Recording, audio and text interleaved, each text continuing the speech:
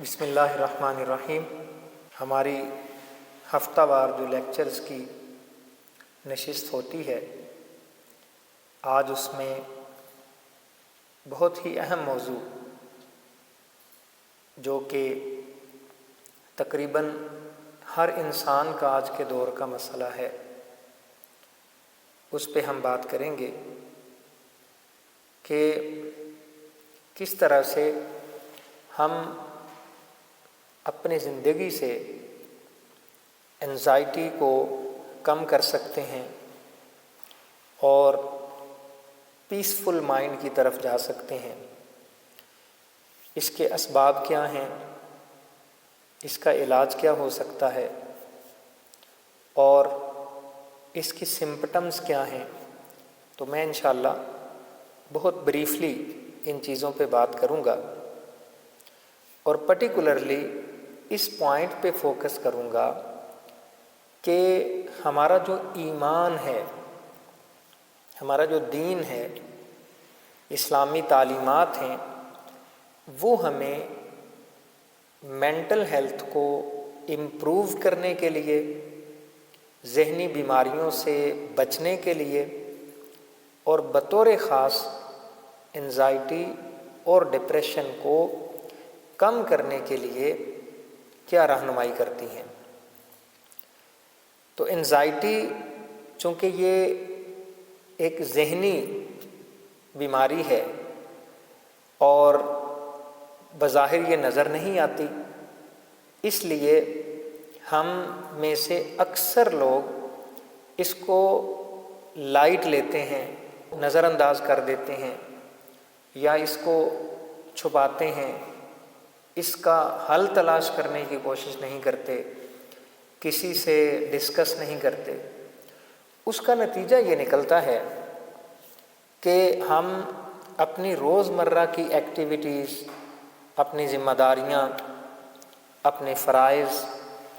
اپنی رسپانسبلٹیز اور اپنی ڈیوٹیز وہ کر رہے ہوتے ہیں، لیکن ہمارے دماغ کے اندر یہ کھچڑی پک رہی ہوتی ہے اور ہم یہ بوجھ اپنے دماغ کے اندر اٹھا کے صبح سے لے کے شام تک اپنے روزمرہ کے کام سر انجام دیتے رہتے ہیں۔ اب ہمیں یہ لگتا ہے کہ یہ ایک روٹین میٹر ہے، یہ سب کے ساتھ مسئلہ ہے، یا بعض لوگ کہتے ہیں یا وہ یہ سمجھتے ہیں کہ لائف ایسے ہی ہوتی ہے۔ وہ اس طرح کی چیزوں کو اور اس طرح کے ایشوز کو جو تھوڑی سی اویئرنیس کے ساتھ حل ہو سکتے ہیں، جو تھوڑی سے نالج کے ساتھ ایڈریس ہو سکتے ہیں، وہ اگنورنس کی وجہ سے ان مسائل کو ایڈریس نہیں کر پاتے۔ پھر یہ جب لاوا ہمارے دماغ کے اندر اور یہ کھچڑی پکتی رہتی ہے تو اس کا اینڈ رزلٹ پھر بڑا خطرناک ہوتا ہے۔ کچھ لوگ آپ نے دیکھے ہوں گے اپنی زندگی میں کہ وہ اتنی مشکلات برداشت کرتے ہیں، اتنی پریشانیاں دیکھتے ہیں کہ بالآخر وہ چپ ہو جاتے ہیں، وہ تھک جاتے ہیں اور وہ ان مشکلات کو سہ سہ کے اندر ہی اندر گھٹ گھٹ کے مرتے رہتے ہیں، یہاں تک کہ وہ اپنی زبان کو تالا لگا لیتے ہیں۔ اس کے پیچھے ایک پورا مائنڈ سیٹ ہوتا ہے۔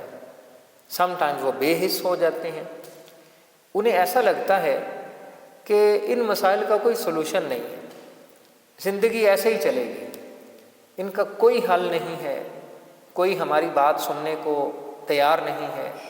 کوئی سنسیئر نہیں ہے، ان کا لوگوں سے اعتماد اٹھ جاتا ہے، تو نتیجتاً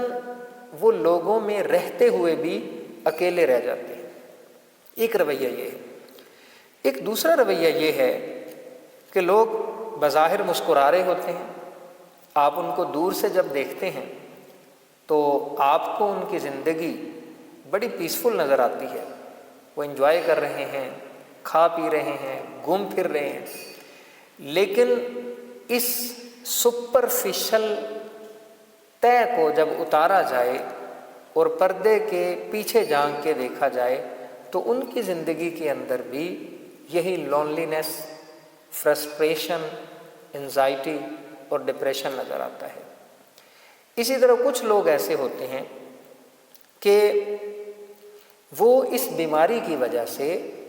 انزائٹی کی وجہ سے یا ڈپریشن کی وجہ سے وہ چڑچڑے ہو جاتے ہیں، انہیں چھوٹی چھوٹی بات پہ غصہ آنے لگ جاتا ہے۔ اب جب اس طرح کی کیفیت سے انسان گزرتا ہے تو پھر یہ اس کی پوری مینٹل ہیلتھ اور سم ٹائمز اس کی فزیکل ہیلتھ کو بھی متاثر کرتی ہے۔ آپ نے دیکھا ہوگا کہ جو بلڈ پریشر کے مریض ہوتے ہیں، جن کا بی پی کا ایشو ہوتا ہے، ان کو چھوٹی چھوٹی باتوں پہ بھی غصہ آنے لگ جاتا ہے اور ان کا بی پی ہائی ہو جاتا ہے۔ تو اسی طریقے سے یہ ایک ایسی پرابلم ہے، ایک ایسی ذہنی بیماری ہے کہ جو بے چینی کو جنم دیتی ہے، جس سے چڑچڑاپن انسان کے اندر آتا ہے، جس سے انسان کو چھوٹی چھوٹی باتوں پہ، چھوٹے چھوٹے ناگوار رویوں کے اوپر، چھوٹی چھوٹی چیزوں کے اوپر، چھوٹی چھوٹی انکنوینئنسز کے اوپر اس کو غصہ آنا شروع ہو جاتا ہے، وہ آپے سے باہر ہو جاتا ہے۔ لیول آف انٹینسٹی کی اگر بات کریں تو بے شمار جو گھر ٹوٹتے ہیں ان میں ایک بہت بڑی ریزن جو ہوتی ہے وہ یہی غصہ ہوتی ہے۔ تو بعد میں لوگ پچھتا رہے ہوتے ہیں، پھر علماء سے رجوع کر رہے ہوتے ہیں کہ اب یہ ہم اپنی زبان سے الفاظ نکال بیٹھے ہیں، اب اس کا کیا حل ہو سکتا ہے؟ اب شریعت کی روشنی میں کوئی ایسا راستہ نکالیے جس سے ہمارا گھر بچ سکے۔ تو اس طرح کی جو چیزیں ہیں ان کا بہت زیادہ تعلق دراصل ہماری مینٹل ہیلتھ کے ساتھ ہوتا ہے۔ پھر ایک اور بڑا کامن رویہ آپ لوگوں میں دیکھیں گے، بلکہ خود کے اندر بھی دیکھیں گے، کہ جب ہم کسی سے ملتے ہیں، سلام دعا کرتے ہیں، کسی کے پاس جاتے ہیں یا روٹین میٹر میں ایک دوسرے سے حال چال پوچھ رہے ہوتے ہیں تو ہم سارے کہہ رہے ہوتے ہیں الحمدللہ، بڑا اللہ کا شکر ہے۔ لیکن جب تھوڑی دیر بات چیت آگے چلتی ہے، جب تھوڑی گفتگو آگے بڑھتی ہے تو پھر ہمارے پاس ایک مسائل کی لمبی لسٹ ہوتی ہے، نہ ختم ہونے والی ہمارے پر پریشانیاں ہوتی ہیں۔ وہ دراصل اور ہم ان پریشانیوں کے اوپر الحمدللہ کا، اللہ کا شکر ہے، اس طرح کا کور لگا دیتے ہیں، اس طرح کا لیبل لگا دیتے ہیں۔ تو بیک اینڈ پہ بہت ساری پرابلم چل رہی ہوتی ہیں۔ اب یہاں سمجھنے والی بات یہ ہے کہ اگر ہم تھوڑا سا نالج حاصل کر لیں اور اپنی مینٹل ہیلتھ کے بارے میں اسٹڈی کرنا شروع کر دیں، یا اس پہ کچھ ہم سیشنز لے لیں یا کچھ ایکسپرٹس کو سنیں، تو یہ ایسی چیزیں ہیں کہ جن میں سے بہت سی پرابلمز کا کنٹرول وہ ہمارے ہاتھ میں ہوتا ہے۔ ہم ان کو مینیج کر سکتے ہیں، ہم ان کو ٹھیک کر سکتے ہیں، ہم اس طرح کی بیماریوں پر قابو پا سکتے ہیں۔ یعنی آپ یوں سمجھ لیں کہ ہم اپنی باڈی کے خود مینیجر ہوتے ہیں۔ اگر چاہیں تو ہم ان بیماریوں کو ہائر کر لیں اور اگر چاہیں تو ان کو فائر کر دیں، یہ ہمارے اپنے کنٹرول میں ہوتا ہے۔ اگرچہ دوسرے انسانوں کے رویے وہ بھی ہماری ان پرابلمز پر اثر انداز ہوتے ہیں، لیکن بہت حد تک اگر ہم اپنے آپ کو کنٹرول کرنے کی کوشش کریں تو بہت حد تک ہم ذہنی بیماریوں سے بچ سکتے ہیں، ان کی انٹینسٹی کو کم کر سکتے ہیں اور پیسفل رہ سکتے ہیں۔ ان کے اسباب کی اگر بات کریں تو اس میں جو بہت کامن سبب ہے، جو بڑی اس کی ریزن ہے، وہ یہ ہے کہ انسان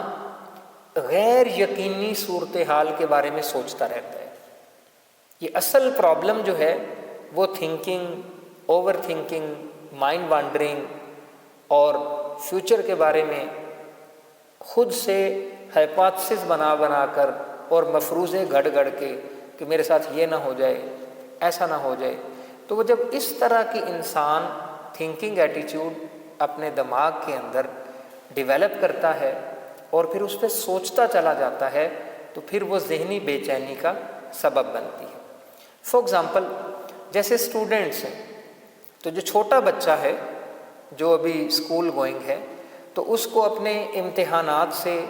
اس کو اپنے اسٹڈیز سے اور اس کو اپنے ہوم ورک سے ان ساری چیزوں سے زیادہ جو ٹینشن ہوتی ہے وہ یہ ہوتی ہے کہ مجھے اسکول نہ جانا پڑے. وہ اسکول نہیں جانا چاہتا. اس کی ملٹیپل ریزنز ہو سکتی ہیں. وہ ٹیچر کا رویہ ہو سکتا ہے, وہ اس کے پیئرز کا رویہ ہو سکتا ہے, یا یہ کہ اس کو اسکول کا ماحول پسند نہیں ہے, یا وہ اپنی کمفرٹ زون سے نہیں نکلنا چاہتا. تو there could be multiple reasons. لیکن اسکول کا نام سنتے ہی اس کو بے چینی شروع ہو جاتی ہے. اتوار کی شام کو اس کی طبیعت خراب ہونا شروع ہو جاتی ہے کہ اب چھٹی گزر رہی ہے اور کل مجھے اسکول جانا پڑے گا. ایسے بہت سارے جابینس کے ساتھ بھی ہوتا ہے. جب وہ ویکینڈ گزار لیتے ہیں اور اتوار کی شام آتی ہے تو وہ ایک اسٹیٹ آف سٹریس میں جانا شروع ہو جاتے ہیں, جیسے ان کے اوپر کسی نے پہاڑ رکھ دیا ہو, جیسے ان پر کوئی بہت بڑا بوجھ لاد دیا ہو. تو وہ ایک سٹریس اور ایک انزائٹی کی جو وائبس ہیں وہ انہیں آنے لگ جاتی ہیں. اسی طرح کالجز کے جو اسٹوڈنٹس ہوتے ہیں تھوڑے سے میچور ہو جاتے ہیں, تو وہ اپنے ایگزامس کے بارے میں, اپنے CGPA کے بارے میں, اپنے GPA کے بارے میں, اپنے گریڈز کے بارے میں, پرسنٹیج کے بارے میں, اس بارے میں فکر مند ہوتے ہیں. یہ فکر ہونی چاہیے, لیکن یہاں پوائنٹ یہ ہے کہ کیا اگر بندہ ان چیزوں کی فکر کرے تو اس سے یہ کم یا زیادہ ہو جائیں گی؟ ہمارے ہاتھ میں GPA بہتر کرنا یا ریزلٹس اچھے لے آنا یا پرسنٹیج بہت بہتر کرنا یہ ہمارے ہاتھ میں نہیں ہے. ہاں, ایک اسٹوڈنٹ کے جو کنٹرول میں چیز ہے وہ یہ ہے کہ وہ محنت کر سکتا ہے, وہ اپنی پریپریشن اچھی کر سکتا ہے, وہ ہر سبجیکٹ کو ایک بیلنسڈ وے میں ٹائم دے کر اس کی پریپریشن کر سکتا ہے, اس کے اندر ایکسپرٹیز ڈیولپ کر سکتا ہے, انڈرسٹینڈنگ کو بہتر کر سکتا ہے. لیکن اس کے باوجود یہ گارنٹی نہیں ہے کہ اس کے مارکس اس کی ایکسپیکٹیشن کے اکارڈنگلی آئیں گے. یہ گارنٹی نہیں ہے کہ جو مائنڈ سیٹ اس نے بنایا ہوا ہے کہ میں نے یہ گول یا یہ ٹارگٹ گریڈز میں اچیو کرنا ہے اس کو ویسا ہی اچیو بھی ہو جائے, یہ گارنٹی نہیں ہے. تو اس لیے اس اسٹوڈنٹ کو اس بات پہ تو فکر مند ہونا چاہیے کہ مجھے محنت کرنی ہے, مجھے سب سبجیکٹس کے اوپر فوکس کرنا ہے, جو زیادہ کمزور ہیں ان پہ زیادہ محنت کرنی ہے, لیکن اسے ریزلٹس کے بارے میں فکر مند نہیں ہونا چاہیے. یہ ایک ایسی ایڈیشنل پریشانی ہے جو اس نے اپنے اوپر لاد لی ہے. اسی طریقے سے جو لوگ گریجویٹ ہو جاتے ہیں یا اپنی ایجوکیشن کمپلیٹ کر لیتے ہیں تو اب اس کے بعد انہیں جاب کے بارے میں فکر مند ہونا, یہ بات تو سمجھ آتی ہے. لیکن ابھی بچے فرسٹ سیمسٹر میں ہوتے ہیں, اسی ٹائم سے وہ سوچنا شروع کر دیتے ہیں اور وہ ایک پریشانی کا بوجھ اٹھا کے اپنے سروں پہ گھومتے رہتے ہیں کہ پتہ نہیں ہمیں جاب ملے گی یا نہیں ملے گی, سفارش چلتی ہے, رشوت چلتی ہے, جابس مارکیٹ میں ہیں نہیں ہیں, کمپٹیشن بہت زیادہ ہو گیا ہے. تو وہ ایسی چیزیں جن سے ابھی ان کا پالا ہی نہیں پڑا, اور عین ممکن ہے کہ ان میں سے کوئی ایک چیز بھی ان کے ساتھ نہ ہو, یعنی ان کو کسی ایک چیلنج کا بھی سامنا نہ کرنا پڑے اور وہ گریجویٹ ہوتے ہی کہیں نہ کہیں ان کو جاب مل جائے. It's a possibility. لیکن وہ ایک ایسی چیز کے بارے میں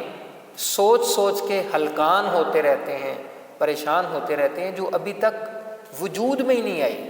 جو ابھی تک وقوع پذیر ہی نہیں ہوئی. تو ہماری بہت ساری پریشانیاں ایسی ہی ہوتی ہیں کہ جن میں ہم خواہ مخواہ پریشان ہوتے رہتے ہیں, ہم خواہ مخواہ سوچتے رہتے ہیں, حالانکہ ان کا تعلق مستقبل کے ساتھ ہوتا ہے. کچھ لوگوں کو یہ وائبز آنے لگ جاتی ہیں کہ کہیں کوئی تھوڑا سا بیمار ہوئے, سر درد ہوا, تو ان کو یہ وائبز آتی ہیں کہ کہیں میں اس بیماری میں مر نہ جاؤں. تو انسان جب آگے سے آگے جو فیوچر کے بارے میں جو انپریڈکٹیبل ہوتا ہے تو وہ اس پہ تھنکنگ ایٹیٹیوڈ ڈیولپ کر کے, اوور تھنکنگ کر کے جب اس کے بارے میں کوئی رائے قائم کرنا شروع کر دیتا ہے اور پریزنٹ مومنٹ کے اندر اپنا فوکس مینٹین نہیں کر پاتا. وہ نماز پڑھے گا تو دوران نماز اس کو اگلے کام یاد آتے چلے جائیں گے, جب وہ والے کام شروع کرے گا تو اس سے کوئی اگلا کام یاد آئے گا. یعنی اس کا دماغ اس کو پریزنٹ مومنٹ میں یا جو کام کر رہا ہے مائنڈفلنس کے ساتھ اس پہ فوکس نہیں کرنے دیتا, جس کے نتیجے میں انسان کا دماغ ہر وقت انتشار کا شکار رہتا ہے، بے چینی کا شکار رہتا ہے۔ اسی طریقے سے کچھ لوگ ہوتے ہیں وہ اپنی زندگی میں بہت سارے کام کھول لیتے ہیں۔ مثال کے طور پہ کچھ ایسی اگزامپلز ہیں، کچھ لوگ جاب کرتے ہیں اور جاب سے واپس آئیں گے، حالانکہ ان کی جاب تھکا دینے والی ہوتی ہے، ٹھیک ہے، 8-9 گھنٹے جاب کی، کو ٹریول کیا، اس کے بعد وہ کوئی بزنس شروع کر دیں گے، اس میں اپنا ٹائم دینے لگ جائیں گے، رات 11-12 بجے آئیں گے۔ پھر بزنس میں بھی چیزوں کو مینیج کرنا ہوتا ہے،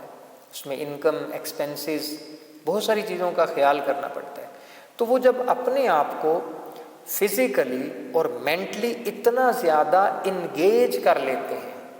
اتنا زیادہ مصروف کر لیتے ہیں کہ انہیں اپنی صحت کے لیے بھی ٹائم نہیں ملتا، تو ایسی صورت میں بھی انسان ذہنی طور پہ پھر بے چین رہنا شروع ہو جاتا ہے۔ اسی طرح کچھ لوگ سوشل میڈیا پہ بہت زیادہ وقت گزارتے ہیں، کوئی پوسٹ کرے گا وہ اس پہ کمنٹ کریں گے، اس کو رسپانس کریں گے، کوئی اسٹیٹس لگائے گا اس پہ کمنٹ کریں گے، یعنی وہ ایک ایک منٹ بعد اپ ڈیٹ ہونے والے اسٹیٹس کو دیکھ رہے ہوتے ہیں، ہر چیز پہ ان کی نظر ہوتی ہے۔ تو جب بندہ اتنا زیادہ ایک اوور انگیجمنٹ کی صورتحال کے اندر چلا جائے تو اس سے بھی پھر انسان کا جو ذہن ہے اس کے اندر سے ٹھہراؤ ختم ہو جاتا ہے، اس کے اندر ایک جو طمانینت ہوتی ہے وہ اس سے محروم ہو جاتا ہے۔ اسی طرح کچھ لوگ دوسروں کے ساتھ کمپیریزن کرتے رہتے ہیں، یعنی وہ کوئی بھی چیز ہوگی، کوئی کام ہوگا، کوئی اچیومنٹ ہوگی، کوئی اسٹارٹ اپ ہوگا، کوئی اور کام ہوگا، تو وہ ہر کام میں دوسروں کو کمپیریزن کریں گے۔ دوسروں کے اب لوگ اپنے بچوں کا تقابل کرتے ہیں کہ فلاں کے بچے نے اتنے نمبر لیے تھے، تمہارے اتنے نمبر نہیں آئے، فلاں کا بچہ اس اسکول میں پڑھتا ہے لیکن ہمارا بچہ اس اسکول میں پڑھتا ہے، اس کی اتنی انکم ہے ہمارے رشتہ دار کی لیکن ہمارے گھر میں پیسے کم آتے ہیں، ان کا گھر اتنا بڑا ہے لیکن ہمارا گھر چھوٹا ہے، ان کے گھر میں یہ فرنیچر اور ساز و سامان ہے، ہمارے گھر میں یہ نہیں ہے، ان کے پاس وہ والی گاڑی ہے، ہمارے پاس وہ گاڑی نہیں ہے۔ مطلب وہ ایک ایک چیز کو جب کمپیئر کرنا شروع کر دیتے ہیں تو پھر وہ ذہنی بے چینی کا شکار ہونا شروع ہو جاتے ہیں۔ تو یہ کچھ چیزیں ہیں کہ جن میں سے بہت ساری چیزوں کا تعلق انسان کے اپنے کنٹرول سے ہوتا ہے، اپنی ذات سے ہوتا ہے کہ وہ ان چیزوں کو مینیج کر سکتا ہے۔ اب کویشچن یہ ہے کہ اس کا علاج کیا ہے، اس کو درست کیسے کیا جائے، یا یہ جو تھاٹس آتی ہیں، اوور تھنکنگ ہوتی ہے، انزائٹی ہے، ذہن ایک جگہ ٹکتا نہیں ہے، ہر وقت اس کے اندر ایک شور مچا ہوا ہے، اور جس طرح سمندر میں موجیں آ رہی ہوتی ہیں اس طرح وائبز آ رہی ہوتی ہیں، اور ایک انتشار ہے اور ٹھہراؤ نہیں ہے اس کے اندر، یہ کیسے پیدا کیا جائے؟ تو اس کے لیے کچھ چیزیں ہیں۔ ایک تو سب سے جو خوبصورت چیز ہے وہ یہ ہے کہ اللہ تبارک و تعالیٰ نے ہمیں جو عبادات کا نظام دیا ہے، جو ہمیں عبادات دی ہیں نماز کی شکل میں، قرآن مجید کی شکل میں، دعا کی شکل میں، اللہ تعالیٰ کا ذکر کرنے کی شکل میں، یہ اگر عبادات ہم ظاہری اور باطنی دونوں طریقوں سے لیٹر اور اسپرٹ کے ساتھ ادا کریں تو انشاءاللہ العزیز بہت ساری انسان کی جو ذہنی بیماریاں ہیں وہ آٹومیٹکلی کم ہو جاتی ہیں۔ لیکن پرابلم یہ ہے کہ ہم اگین نماز تو پڑھ رہے ہوتے ہیں لیکن ہمارا دھیان اس کے اندر نہیں ہوتا۔ میں اس پہ ایک بڑی آپ کو مغالطے والی بھی بات بتاؤں گا، وہ یہ ہے کہ بہت سارے لوگ ایسے ہیں جو باقاعدگی سے نماز پڑھتے ہیں، دیندار ہیں، تسبیحات پڑھتے ہیں، ذکر کرتے ہیں، تہجد بھی پڑھتے ہیں، لیکن وہ بھی بے سکون رہتے ہیں، ان کو بھی ذہنی بے چینی رہتی ہے، ذہنی انتشار کا شکار رہتے ہیں۔ ایسا کیوں ہوتا ہے؟ اس کے پیچھے ایک بڑا اہم نقطہ ہے، اگر وہ آپ سمجھ لیں تو پھر آپ کو اندازہ ہوگا کہ یہ کتنی اہم بات ہے اور ہم اس سے کس قدر غافل ہیں۔ دراصل جب بندہ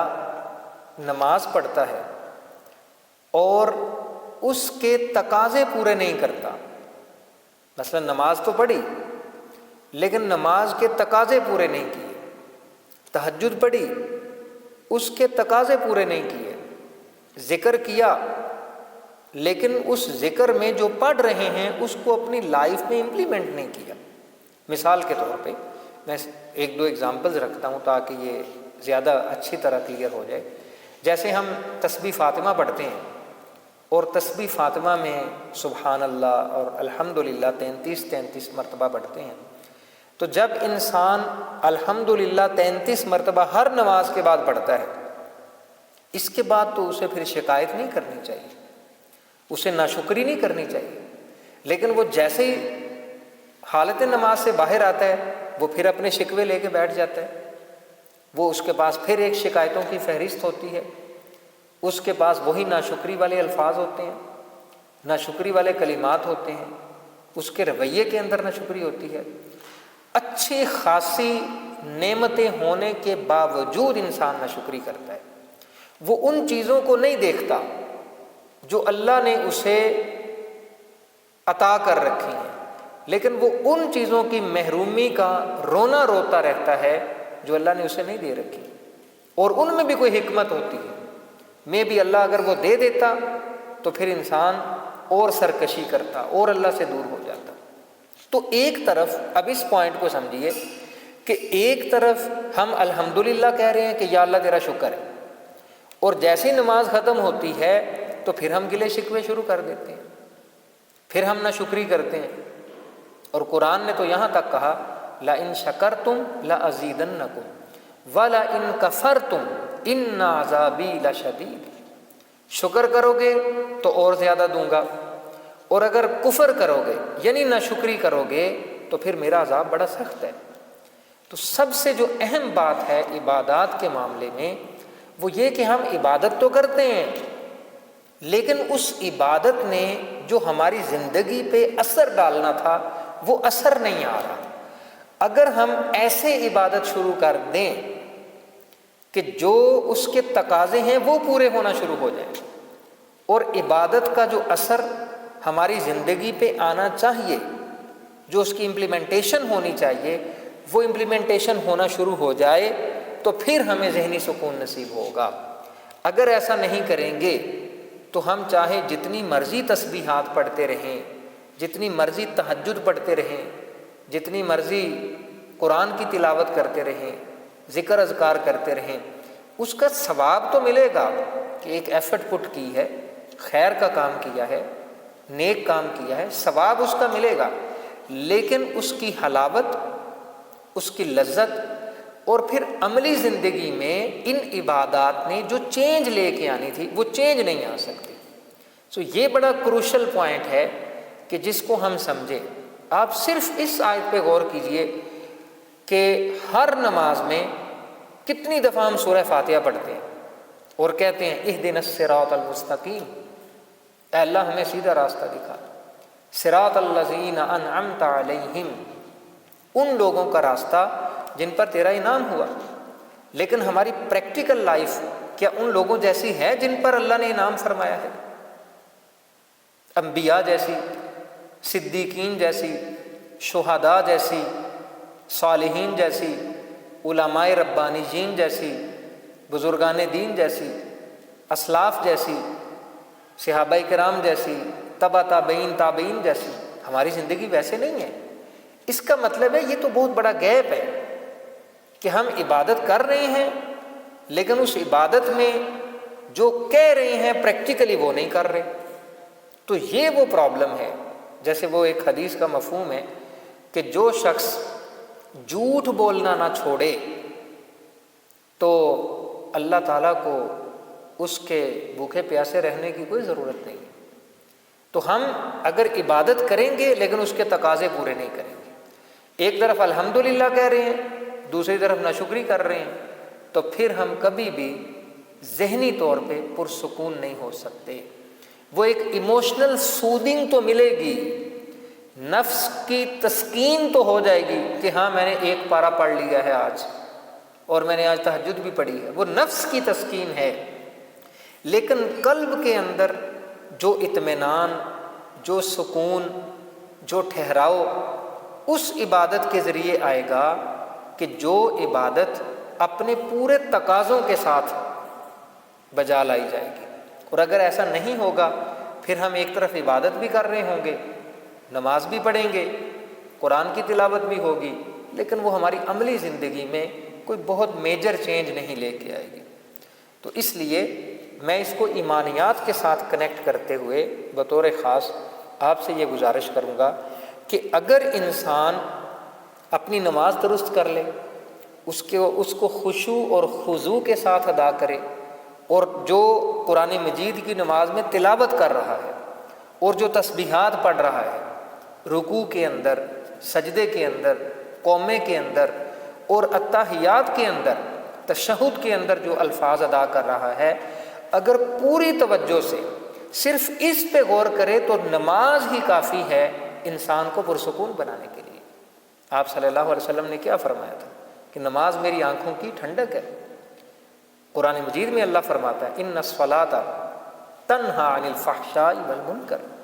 نماز بے حیائی اور بری باتوں سے روکتی ہے۔ تو اگر ہماری نماز ہمیں ان چیزوں سے نہیں روک رہی، اس کا مطلب ہے کہ ہم نماز کو ایسے ادا ہی نہیں کر رہے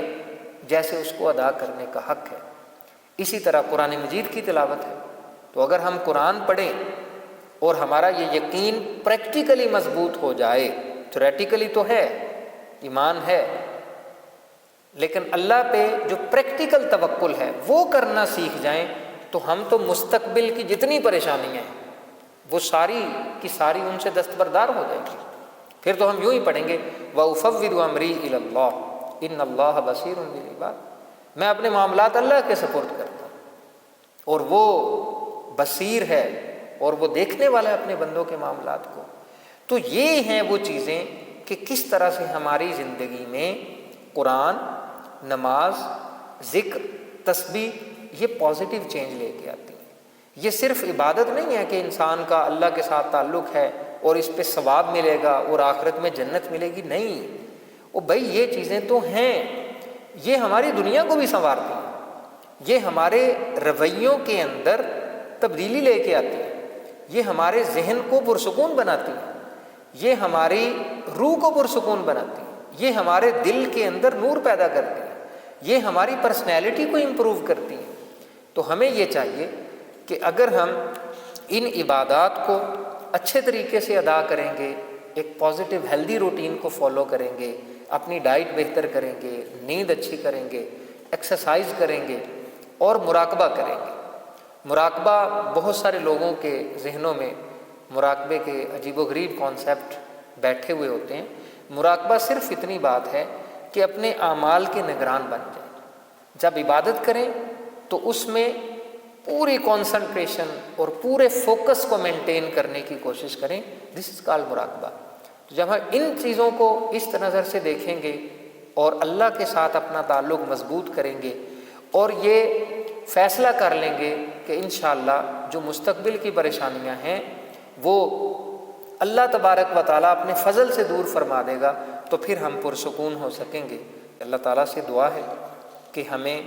عبادات کو اس طریقے سے ادا کرنے کی توفیق عطا فرمائے کہ وہ ہماری عملی زندگی میں بھی تبدیلی لے کے آئیں، اس کے ثمرات دوسرے لوگوں تک پہنچیں اور ہم خود بھی ذہنی طور پہ پرسکون ہو جائیں۔ سبحانک اللہم و بحمدک نشہد ان لا الہ الا انت نستغفرک و نتوب الیک۔